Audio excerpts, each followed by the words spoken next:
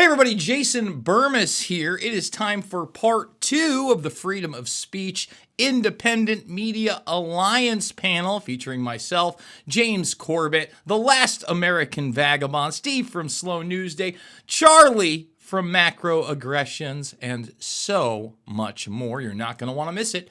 Buckle up and get ready to make sense of the madness.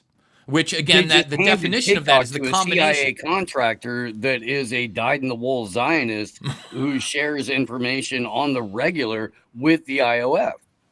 I mean, I totally agree with you. I mean, again, this is the big issue because, let me give you another news story that it's only on the peripheral. Are you guys aware of the Ehud Barak emails that got hacked with Epstein? I mean, it's almost nowhere. I haven't even been able to find the raw files. I'm reading other reports on it.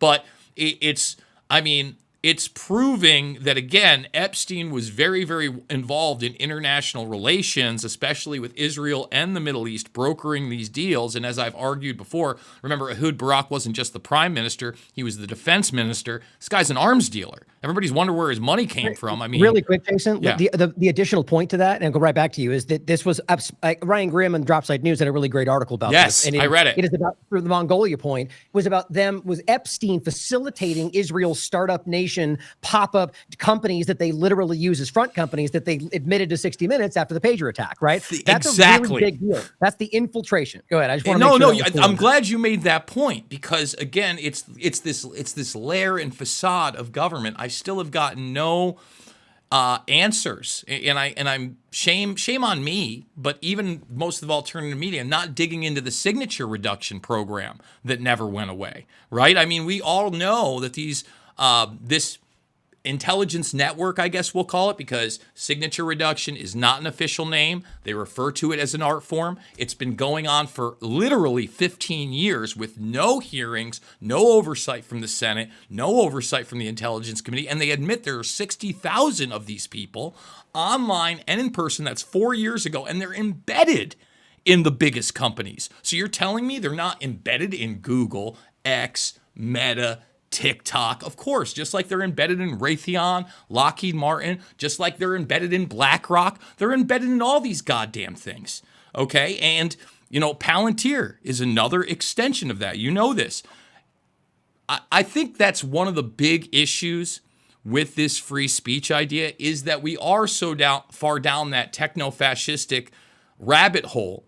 What is a private company? What is the government? And have we had any type of actual criminal accountability at high levels on either in my lifetime? And I'm a 46-year-old man. Haven't seen much. I guess that's the real point here. I don't know that we're going to go in the direction of actual free speech unless we're able to get some type of criminal accountability for this type of behavior for individuals that are doing it. And I think Epstein is one of those individuals, but we never got a criminal trial. We never fleshed anything out. It's still, I think if we did, we would have actual insight to some of these people and people would demand that, but I haven't seen us get there. We haven't even really gotten to a trial where those ideas are explored. You look at the Ghislaine Maxwell trial, and they truncated that as far as they could into, human trafficking, essentially to Epstein alone, right? Well, you bring up this is one of the things I wanted to get to in this conversation was that very perfect point about the public-private partnership, the fascistic discussion. Like we have seen the corporate world blend with the government right in front of us, and so that obviously changes the conversation, right? So all of these are problems, not to say we're going to solve them on this conversation, but it's important to identify that very issue is one of the reasons why this is so difficult, because we can't discern where that line is from the government side. So anybody's thoughts on how you go forward with that? I was just going to make that point because I agree with James that for all intents and purposes, let's say all these platforms are private, Google, big tech. But what happens? Okay, they take you down from Google. You go to Microsoft, they take you down. You go to that, anywhere there's nowhere to go. And even if you have your own website, Google delists you, and so nobody can see you. And now, we've left any semblance of a republic or government, and this is totalitarianism. And I can use, because I'm here in Mexico, I can think of these examples all day. Look at the analog world. Let's say I go to a public plaza the cartel zone. I go to another corner, another cartel is there. And so now the issue becomes, well, now you're living under fascism or oligarchy or mafia or cartel. And now we've got another problem to deal with. Okay, well, hang on. Let's look at Trump's inauguration and the front row of Trump's inauguration, where you had defense contractor / social media CEO standing next to defense contractor / social media CEO standing next to defense contractor / social media CEO, and so on and so forth. Let's look at the parade that they had in the UK just a couple of weeks ago, where all of the heads of the tech firms and the AI firms are standing there dressed like, what delightfully adorned penguins, standing next to an actual king who was walking behind the president of the United States. This is the Anglo-American establishment in its full force. So there's in terms of social media, and maybe I could get some pushback on this. God, I hope I could. But there's no difference between the heads of social media companies, in my mind, and the state. Carrie, do you have tell me I'm wrong? Well, I've been wanting to say something that's kind of adjacently related, but I think is quite important to consider. You mentioned his inauguration. We're talking about, well, should the government be involved?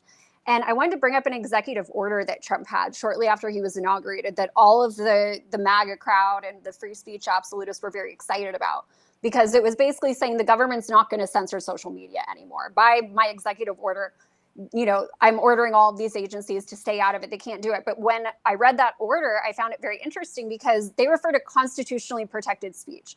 So in theory, this is forget I said that part just now. Before I mention that, in theory, wow, Donald Trump is getting the government out of censoring social media. But that's a huge caveat. When you look at the speech they're now saying is unacceptable, they would probably argue that anti-Semitic speech, which could just be criticizing the government of Israel, is not constitutionally protected. So that's I wouldn't even call it a backdoor. That is a front door to continue censoring the internet under the guise of no longer censoring the internet, because they use the term constitutionally protected. And who decides? Well, people in government, they decide whether or not it's constitutional. So I don't have a specific reply to what you're saying, because I've been censored by potentially that public-private partnership. If Derek were on the call, he was censored with the anti-media as well. And as far as we can tell, it seems like the Atlantic Council was involved. Right. But where I to this day, I don't know where to draw that line, because, well, it's still a private company. I believe that. And I think that is especially important because we're talking about the extent of this corporate public, if Facebook and Google and all these companies are government entities because they got funding from the government, or there's a revolving door, what company isn't in this day and age? And that's a broader conversation, but it's all of these things are enmeshed. So it's like, if everything is fascism, corporatism is nothing fascism, corporatism within the paradigm we're living in. I don't have the answer, but those are the things that are crossing my mind. Well, I see it's interesting. Sorry, just to jump on the constitutionally protected speech thing. I mean, they're taking away the right to due process now, arguing that people who aren't citizens don't get the right to due process. So people who aren't citizens, I suppose, also don't get the right to free speech. They haven't actually said that, but it is implied. There was a recent ruling, by the way. They just came out and argued that was unconstitutional. Keep going. I just think that's important to what you're saying. The fact that I'm done anyway. Okay. It was just a quick appendix. That's important to think about, though. There's a House ruled recently, or it hasn't. It's not official yet, but that ultimately they're trying to stop Rubio from being able to remove citizens or censor them based on speech, as well as in regard to Trump, using that around protesters like Khalil and Ozturk and so on. So there is some pushback, but the thing is, I think everyone here is principled.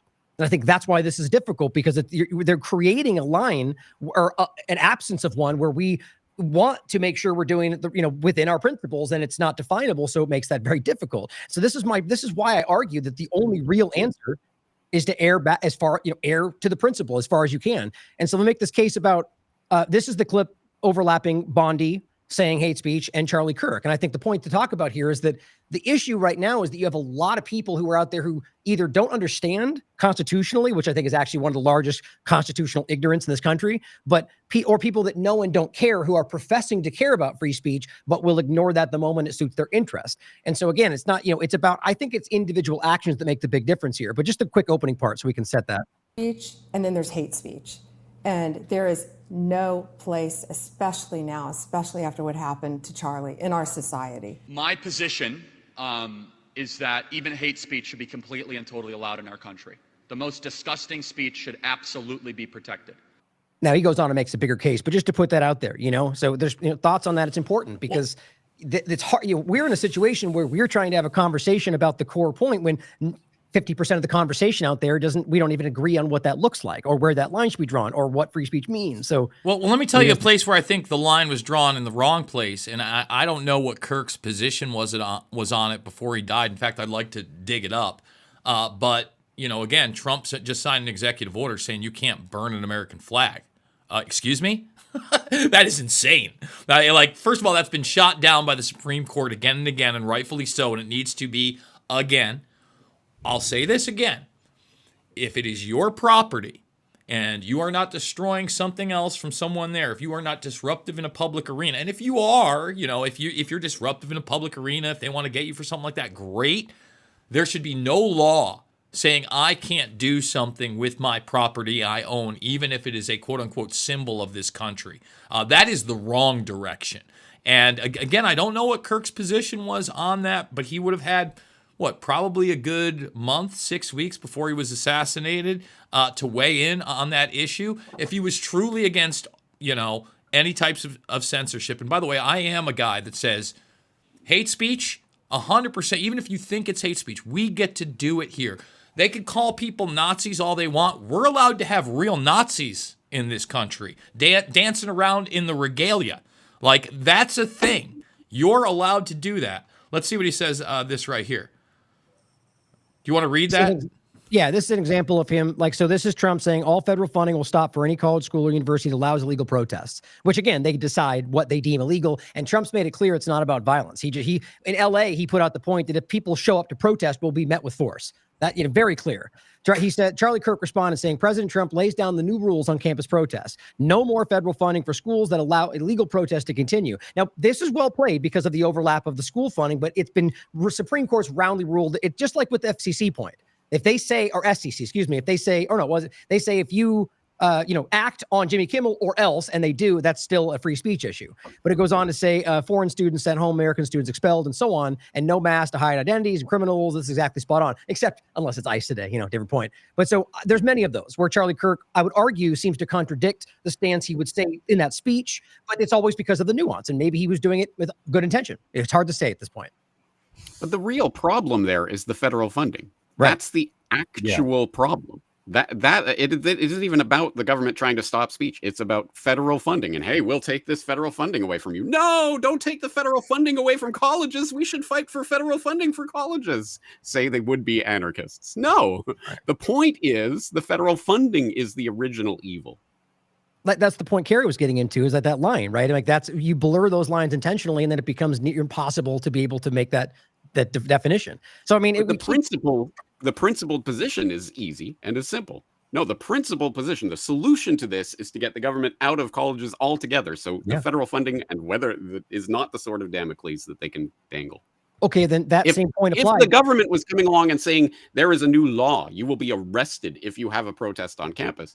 Oh, okay, that's the free speech. But no, they're saying we'll take federal funding away. So what should our position be on that? No, don't take federal funding away. Well, no, yeah, that's a good point. But the point is not just we decide which way or the other, but simply to highlight that they're using that as a coercive tool to manipulate their speech, or the speech on campus through their enforcement. That's very clear, right? But so how would you apply that, James, to the not college situation? What would you feel is the most principled stance with what we're dealing with censorship? That's kind of seems to be this overlap. Well, to me, okay, good. Because to me, this is the actual point of this conversation. We all know the problem, and we all agree on the problem. We all see the problem, and I think everyone in the audience understands the problem. What is the solution? That is the only thing we should be concentrating on. What do we do about this?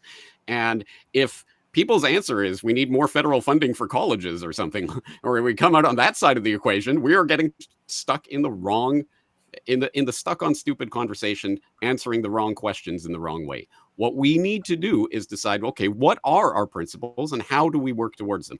Now, I think it would be great, yes, if government just completely, utterly left all of these corporations. They're not going to do that anytime soon, are they? Because exactly as Bermas said, how many of these people have ever faced any sort of criminal prosecution for what's going on? Exactly 0 of them. How many can we expect to face such prosecution in the near future under the Trump administration? Exactly 0 of them. So what can we do? What can we do? And I'm going to give the unpopular answer no one wants to hear. Everyone will say, you're stupid, James. This is dumb. But it's the only answer that is actually principled. And it is the answer of screw Google and screw Alphabet and screw X, screw all these companies. And why don't we start building our own infrastructure? No, you're stupid. That'll never happen. It won't work. You have to be on Alphabet. Everyone has to be on Alphabet. So now we need some government organization to tell Alphabet who can and can't be on. No, our power is to not be on their platforms. Our power is to develop something else. Speaking of which, how's Odyssey going? I thought we had an IMA portal now. Oh, well, on that note, it's just the updates in the group chat they're giving us is just that it's still working out bugs and so on. You know, when I update people, I simply say, I've been in this position, funny enough, with Super U in the past, where that exact problem was trying to be addressed, of a new platform, building the infrastructure, where Peter put in about $1 million to build multiple places, then he mysteriously died. That's the actual story, by the way. But, you know, and not to say I don't agree with you entirely, by the way, James, but there's a lot more, obviously, of things are outside the legal reality that governments and powerful people actively do. But so the interesting thing is the government aspect in what you're saying, right? Which is that, like in that situation, what we're all talking about, the government, I think, is where you have to look for accountability. And like we do with everything else, like we need to hold them accountable, because the company, there's clearly fault and there's clearly dishonesty. But if you're a corporation and you're competing with other companies that are getting government one-ups, you're going to probably do the same thing. Like, so that you can argue government companies are not necessarily the issue in all of that, but the government that's doing that. So how do we hold the government accountable for creating the situations? And that's the only action we really have, to be honest, outside of what you're saying, James, which I do agree with. But that's going to take a while, if it happens, if we get momentum. So how do we hold the government accountable for knowingly coercing companies to do so? I think there is mechanisms there. What do you guys think? Well, I think you got to win in the court of public opinion first. And, I think a great example of that is James Corbett, and the fact that he just had Ron Johnson on there talking about these documentaries that were you just got to keep kicking and screaming on every platform that's available. Let me give you an example. I don't know that we're going to win in actual court. Ron Johnson, he showed up at the Turning the Tide. Dennis Kucinich was there. Kurt Weldon. Dana Rohrabacher, which kind of shocked me. Dana Rohrabacher, I specifically remember him on Real Time with Bill Maher talking about how the Iraqis were going to literally put flower petals at our feet after we went and liberated them. And he's speaking about 9/11 truth basically on his last political legs. That's winning in the court of public opinion. Me being up at 2 a.m, hitting stand-up comedy full, watching somebody I've never seen perform, and they're making jokes about Building 7 and going, buildings don't fall that way. That's winning in the court of public opinion. The Tuckins, whether you love them or hate them. And I think he got like the first 10 minutes of that 5-part series completely wrong, and even like propped up John Antisev, the FBI handler that literally handled Ahmad Salam, who built the bomb that exploded in 93. Got it wrong. He's at least looking at this. I watched the second part. I thought it was actually rather good, a lot better than the first part. I'm going to be watching it week to week. But when I say winning in the court of public opinion, watch that Tucker Carlson Sam Altman interview. I'm not accusing Sam Altman of anything, but it's the first time in my lifetime that after somebody died suspiciously in a huge corporation and business, that the CEO of that corporation was asked about his suspicious death several times on behalf of the family. That means we're moving the needle somewhere. The fact that Altman even sat down with him, that's moving the needle somewhere. Look, Peter Thiel, another example. Him having to go on Rogan in that podcast bro push at the very end for the Trump administration. Again, I don't think Thiel was being an honest broker.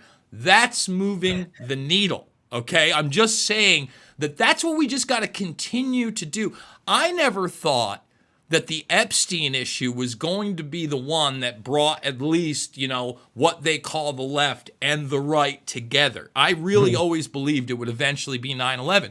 And maybe we can get to that level, but we have to exploit that the best we can as honest brokers. In other words, we utilize the tools that we have. James, I'm with you. I wish we'd already built better tools, right? I wish Minds.com, we talk about social media, took off in the manner it should have. I wish Rockfin was able to do that. Charlie, take it away, bro. Outernet, John Sneisen. Those of you who know John, I met him in 2019 at an Acapulco with you, James, actually. He is part of a team that has built a product called Outernet, OUTERR.net. And I'm the wrong person to talk about the technical aspects of anything, but it's private communication in a way that he could explain more fully. And there's an opportunity for us. He just messaged me today. There's an opportunity for people who are looking to be investors in that. So there's an opportunity to do something solutions-based, maybe even investment-based, maybe even change your entire life. Or not. I don't know. I don't know what the product's going to be, but there are people out there that are actually doing, and it's inspiring, and it makes you want to be involved in it. And so John Sneisen is somebody that had he been here, he would certainly talk about one of the solutions that he's working on. And I think that's, he's the anti-InQtel. He's going to be funded by us, not by them. I think this may be unpopular in this group, or maybe possibly even in this group is what I meant, but I hope not. But I think we're winning.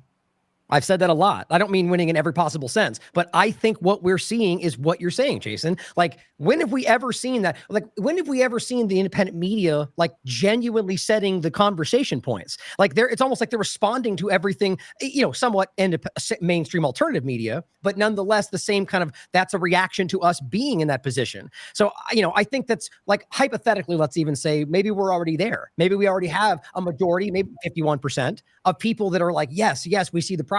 Okay, what do we do? Right? So what we do is we thunk our dick on the table. That's what we do.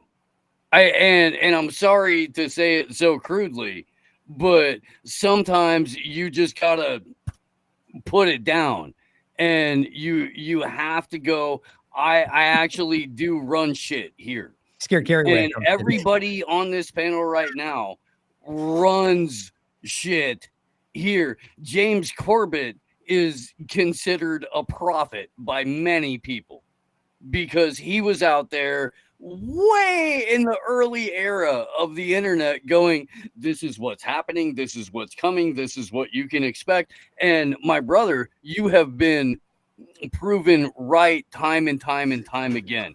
In fact, when people are like, are you black pilled? Are you white pilled? All that. No, I tell them I'm Corbett pilled because I've had this resource for a very long time that has told me unapologetically in full truth what things are without qualifiers and what things may be without qualifiers. And that's honestly the most respectable position I could ever imagine in my entire life. And so we have a huge database of people who have been legitimately, I guess, to put it in a baseball analogy, calling balls and strikes as they come. And so it's a matter of messaging. So what does the thunk look like? Like, so we know that. So that's what I'm trying to get at. So you said thunk on the table, right? So what are we talking about? Like, what is the action? We already know this, man. Derek Bros, who was here earlier, talks about this all the time. It's understanding that technology is inherently a part of our life. And it's very difficult to decouple from that. But you can do many, many things in and around that, maybe even in spite of that. First and foremost, you can grow and produce your own food. What you can't grow and produce on your own, you can have a handshake relationship with the people who do that in your area. We have a gentleman who comes through the show very frequently, Texas Slim from the Beef Initiative, who is working very hard to make sure that people have a handshake relationship with their rancher. But it extends beyond that, because once you understand what food is and where food comes from, you have a kind of a building block opportunity to understand that, well, information in and of itself doesn't happen because the state tells you, or CNN or Fox or MSNBC tells you. There are things that you can do that it falls, I guess, to trust but verify. Well, And so we like I'm one of those people who believes that we're living in an era of unlimited potential and unlimited opportunity in spite of everything that's being thrown at us. I just want to say that in no way, I just want that part be the conversation we get into. Steve talks about these things all the time, just to make that clear. And so, but like, let's hone, and all outstanding suggestions. I think that's like in a broad sense, but how do we hone in on the free speech point? Because I honestly, I'm not saying I even have like a solution to it other than what I believe we should be leaning into, which is just the principle and every way err on that side, even if there's bad consequences. Like, I really want that to be something to think about. But so what are our solutions? Well, I think the ones we laid out. I talked about utilizing the tools. I think we also have to lean into the politicians, unfortunately, that are consistent. And they are very few and far between, but like Massey is the man. I watched Thomas Massey, and he is principled. He doesn't seem to bend the knee. He's anti-war. He doesn't sit up there and say, oh, well, we're going to give an exception to Israel or this nation or this ideology. He's pushing extremely hard on the Epstein files.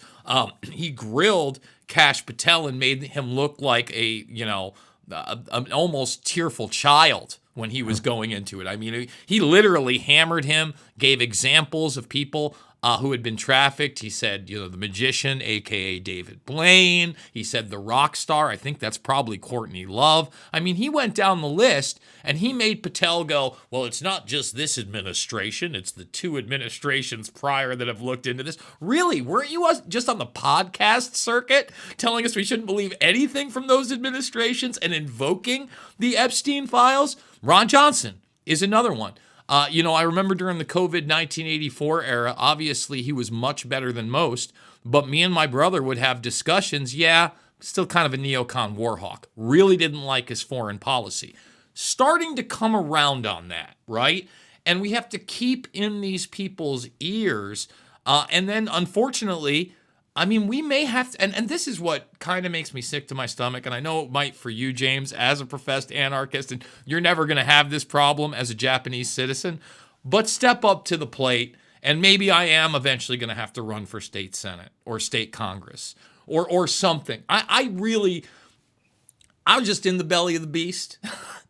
And it was actually, and this is maybe even a part of that conversation when we talk about free speech, martial law, the military, its uses.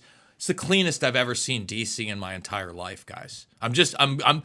Hey, I just want to be honest with everybody. Hey, man, tanks on the streets hold on, dudes and let me say this. Fucking threatening people really does make and Steve, it's actually Steve, let me say it. You're using authoritarian I get it. I didn't see one National Guardsman or one tank. I didn't see one. I'll be honest.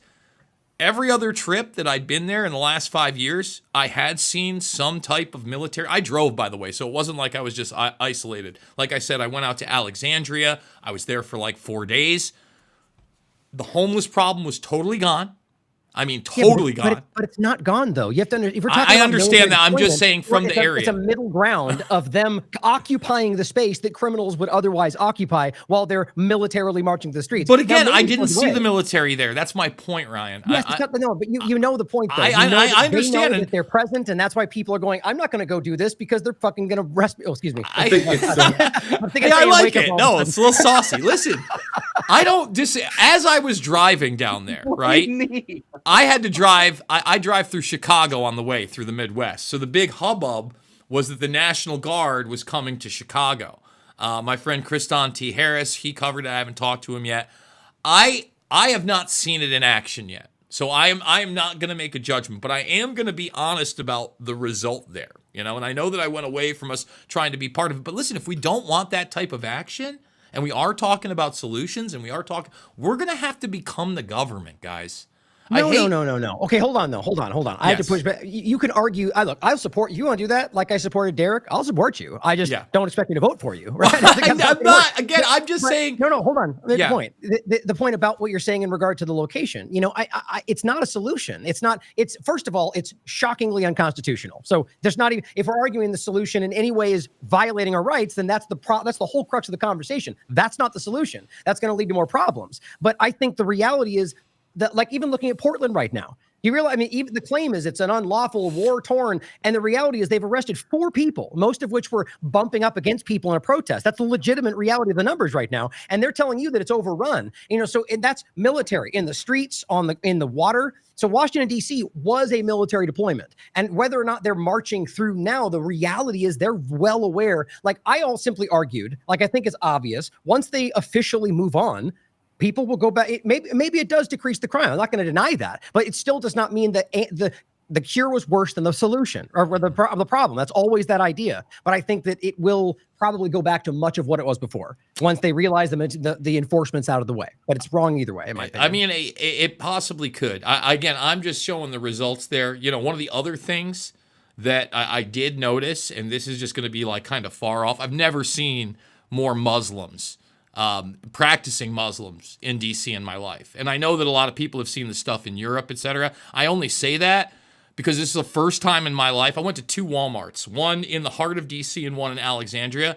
And I kid you not, first of all, not that whitest person in the place. And it wasn't Hispanics or Mexicans. It was literally Arabs speaking Arabic. I mean, the vast majority of the people that were working there were women in hijabs.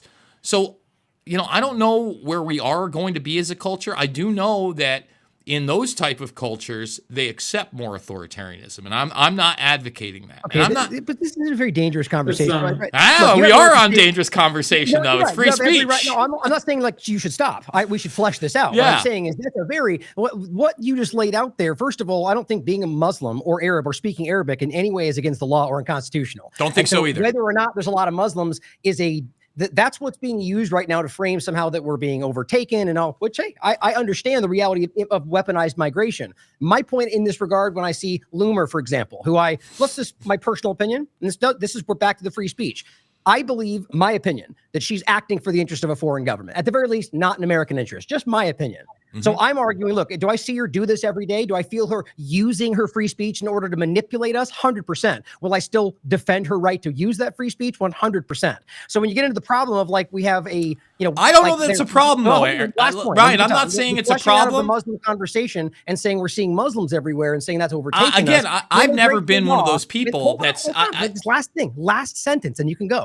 When they break the law, right? If you have somebody breaking the law, then make your case, charge them for something. Or like we said, a conspiracy to commit a crime, right? Mm-hmm. But this argument, and I'm not saying you're doing this, but that's what it felt like, is that I've never seen more Muslims at the beginning. It feels like we're trying to argue that them being present is in and of itself the problem. I'm not saying that. So let me say that's not I'll give you an example. There's a huge Muslim contingent in Michigan, which I go to and go through a ton. I'd say it's different in DC because it is the epicenter of geopolitics. And normally when I'm in DC or in the surrounding areas, there is a mix. But there's so many embassies around, right? There's not one culture that I see dominant other than American culture in most cases. I see French people, German people, and on the streets, still the same thing. I'm just saying I have never seen that concentration of Muslims in that political arena and area. And I'm not saying I even know what it means. I'm not one of those guys that is warning about radical Islam, or I think that's the next attack. But I will say this, it'd certainly be a lot easier to blame radical Islam if something happens in that area and you have a higher population density there. This is a problem, reaction, solution scenario. That's what I'm saying. That's kind of describing. Yes, 100%. It is.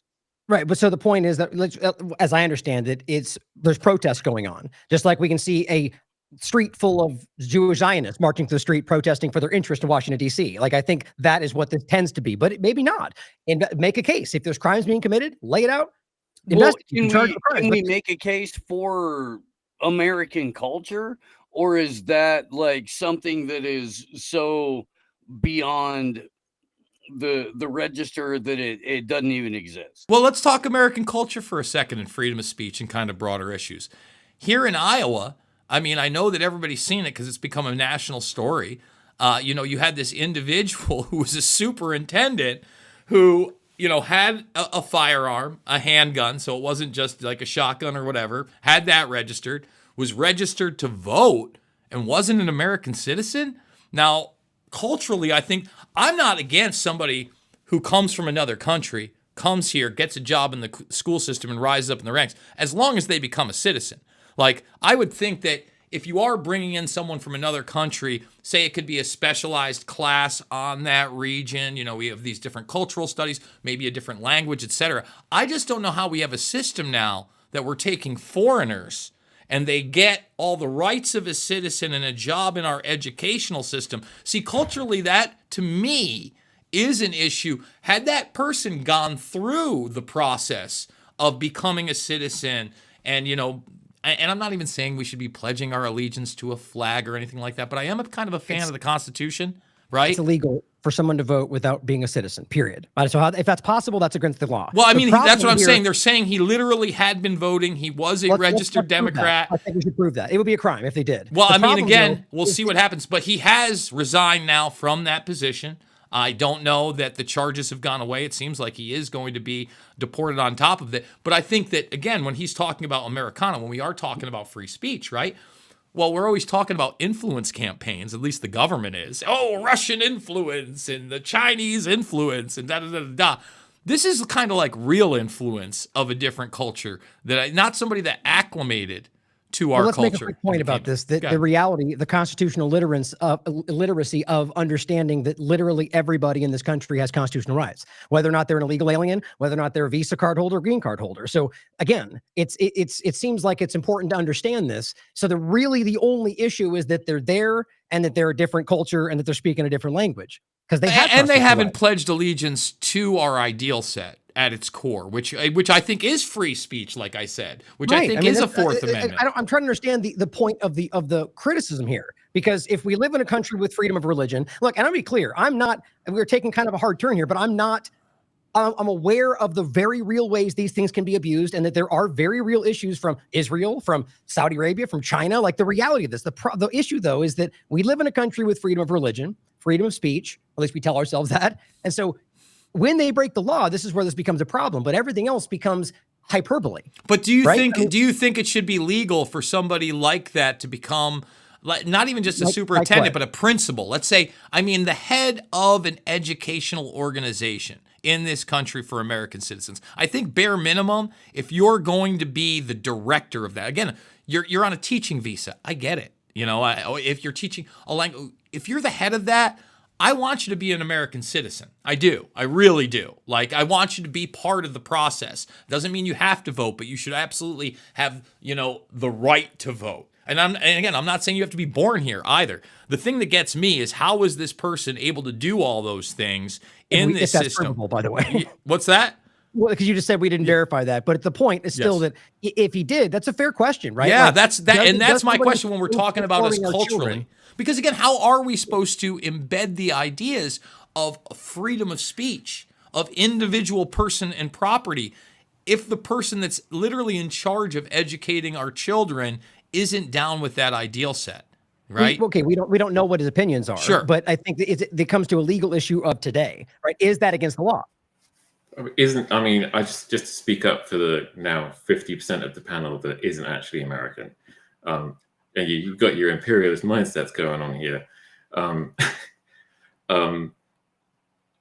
This is kind of breaking away from the free speech topic, but I would suggest that, unfortunately, the American system, you're talking about America and Israel, and I'm afraid that, in my view, in the next few years, that is going to collapse and be replaced by something else. And this is all part of that. Yeah, I can agree with that. There will be a transition away from the American empire, and it will be main power in the world will become something else, and this will be sold to most people, including most Americans, as a good thing. I get that sense too, to be honest. Do you think that can happen without a major casualty event, I would say, or maybe the right kind of political assassination? For instance, right now, I look at the Kirk assassination, and my biggest fear is some type of quote-unquote retaliation from the other side that indiscriminately kills people, right? And well, I mean, potentially, no, I would agree. There must be, like, if you look at the transition of power, for example, historically from Britain to the US, people would say that the episode around that was World War II, essentially.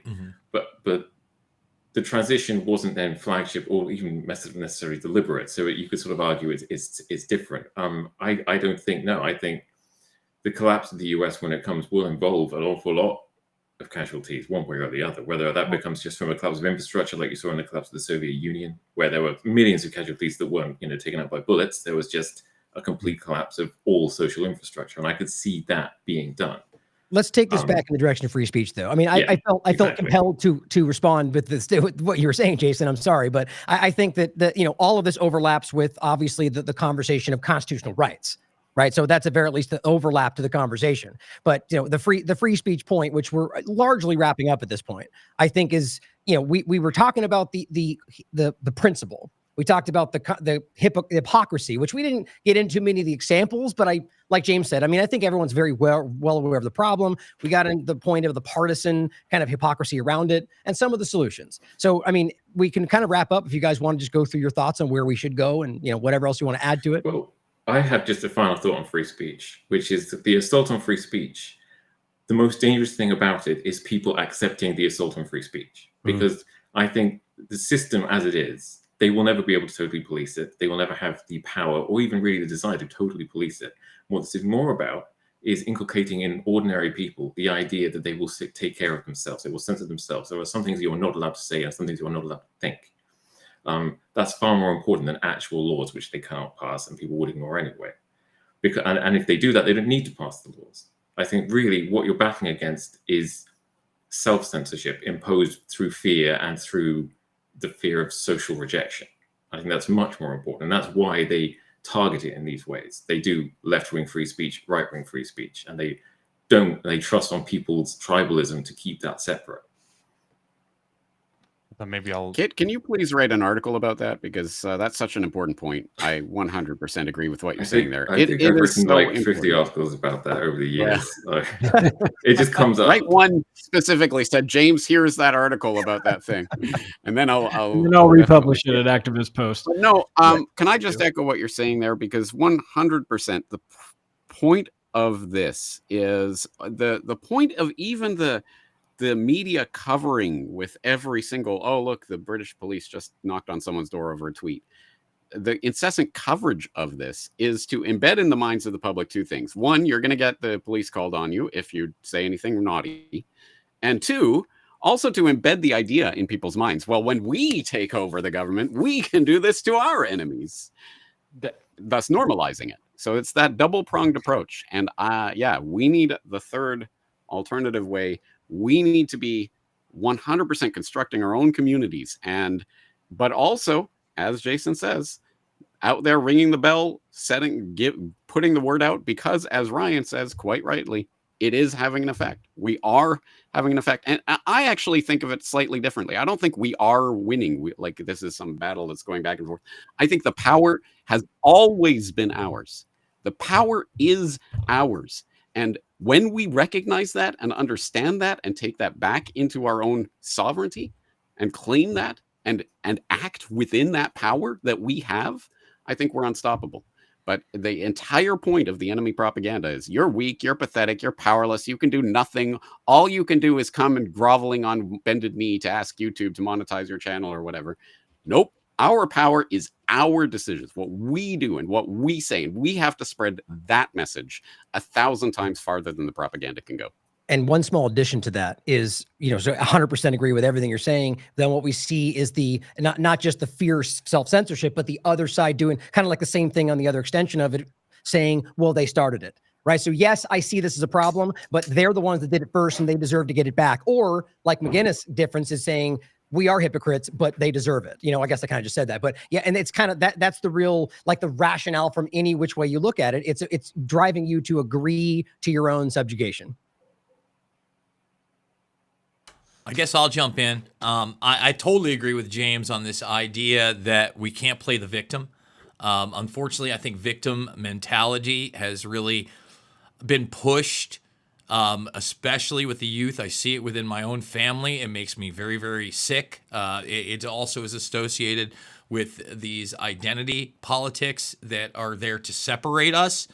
And I would just say this, if I came across anti-Arab or Muslim, I'd just like to say this. I also don't think that we should be deporting students that are on visas here that decide to protest against, Israel or what's going, or anything, right? I think that they're here on a visa in the education system. Like you said, they are allotted those same constitutional rights. Again, if they're breaking laws, charge them with that. We have a criminal justice system. But I think that the only way that we continue on with this is challenging that again and again. When, somebody that you agree with on 70 or 80% of things starts chanting, no, I'm so glad that we can't burn the flag in, this country, get those commies. You have to explain why that's a dangerous ideal set, right? You have to explain to people why you can't have this blanket rule that you're not allowed to criticize this government, this race of people, this religious belief. No, you get to criticize anything and everything. You get to be wrong. All right? We're allowed to be wrong in this country. You have to bring that back as well. So look, I think it's going to be an eternal battle. I've said it before. I'll say it again. I barely know what's happened in the last 46 years that I've been on this planet. I don't have any severe religious or ideological set other than good and evil exists. And I'm sorry, but the repression of speech, the outright authoritarianism of taking that away is pure evil. That's it. It's evil. Everyone gets to express themselves, full stop. Maybe I'll just give my concluding thoughts, reiterating what everyone's saying. We all run our counter-influence campaign as the government's running their, manipulation of public perception and opinion. We got to do the opposite. And then what you guys said about what James said about them trying to scare us into self-censoring through constantly showing all of these people who are getting visits by the thought police. That actually inspires me to further say something. Before I went to Croatia this summer, I was, should I retweet Richard Medhurst? Should I retweet George Galloway or Graham Phillips or Clarenberg? I actually printed out one of the EU Constitution articles because I'm an EU citizen, and it says an EU citizen is allowed by the EU's own articles, which they don't even follow, to travel with their non-EU family members in case I got stopped. Nothing ever happened, but and so just to reiterate some of the solutions, as you guys were saying, don't use their platforms less and less, opt out, try to cost them attention, eyeballs, money. Public opinion, I think, is important. There was a great clip by a Mexican businessman that went viral. His name is Compa Moy. After 4 years of becoming very successful, he said, I got to shut down. They're extorting me, the cartels. I'm afraid they're going to send a sicario. And he said his desire is, the problem is not enough Mexicans are speaking out. If more Mexicans spoke out, it's the same principle, that would then create this public opinion that would oblige authorities to act. And I think that's the same thing. And then, legal actions. And it's a war of attrition. We just got to keep pounding away, and when you guys said we're winning, I have a more long-term pessimistic view, but for me, the issue isn't that we're winning. We just have to keep hammering away, keep firing the mortars, and then we'll decide where we're at, in a few years or decades time. Anybody else? Ryan, you asked for solutions. Why don't we just, I would say that anybody on the right who you can reach, be that in the US, UK, immigration, shut these, we got to round these, we got to fingerprint all these illegals and scan their eyeballs and all that stuff. Just remind them to think a couple steps ahead and to know that, how would you feel if this power was given to Gavin Newsom? And they go, well, I mean, I don't, how would it be used against you or somebody like you or somebody?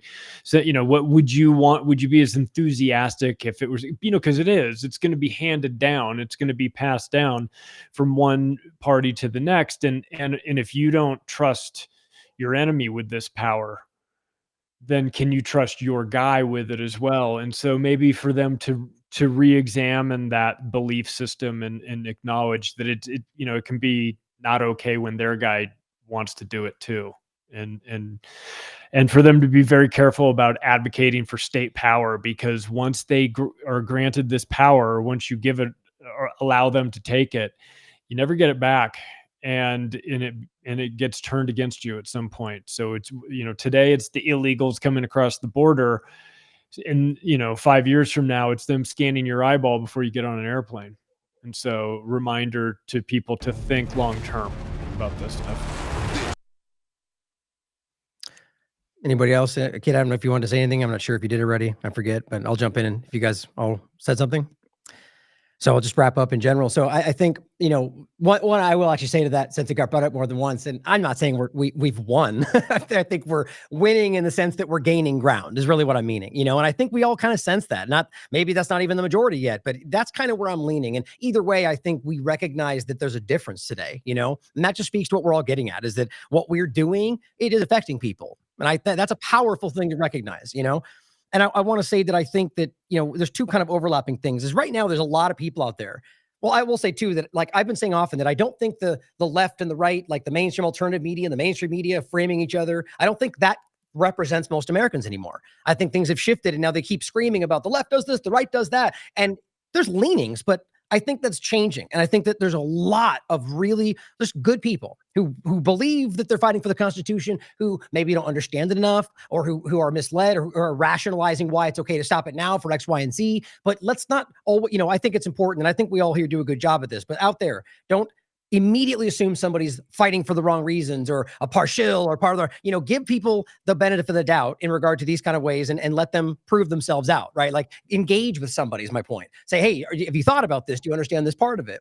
And I'll say that it's important in that case to really understand that in this country, we're not given constitutional rights, right? And we all talk about this here, right? That these are things that are inherent, God-given. Both terms are used. So whether you're religious or not, right? The idea is that these are things that when this was originally outlined, the idea was this is something that human beings have inherently, but we can only enforce this within these boundaries. So hopefully other people in the world will ultimately take this same kind of mindset on. And if you read the documentation, it's very clear.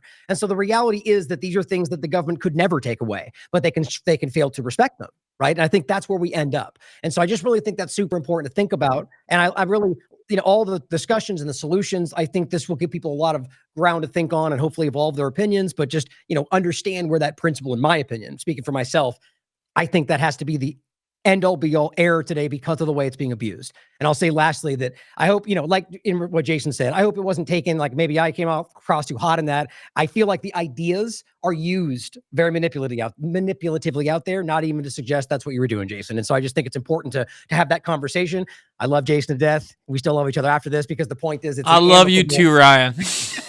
Well, this is important though, right? Because, and I've been on your show in the past where we get in a little bit of heated conversation. The point is that we will always, I'd like to believe, and I think we all agree, be amicable after this and be like, okay, I'm glad we had that conversation. I think we, reached some different opinions and people can think on it for themselves. And that's the whole point of the IMA. Not right? me. I'm cutting all of you off. I'm never talking to any of you ever again. Goodbye. Well, listen, just because you said it like that, I just got to give just a personal story really quick, okay? Go for it. This is at the end, and this is the craziest thing to me.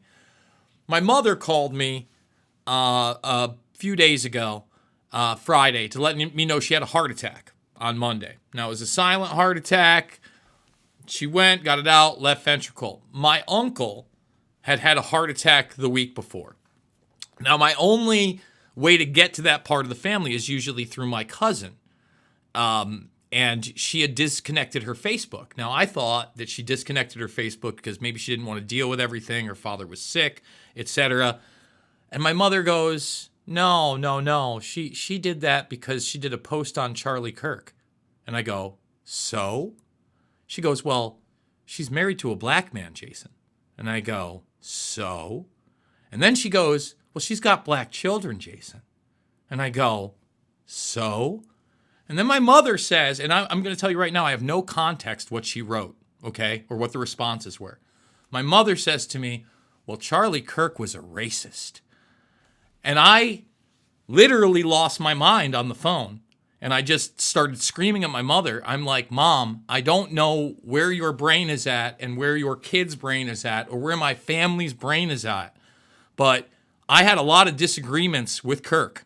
I never saw him or heard him say anything that was racist.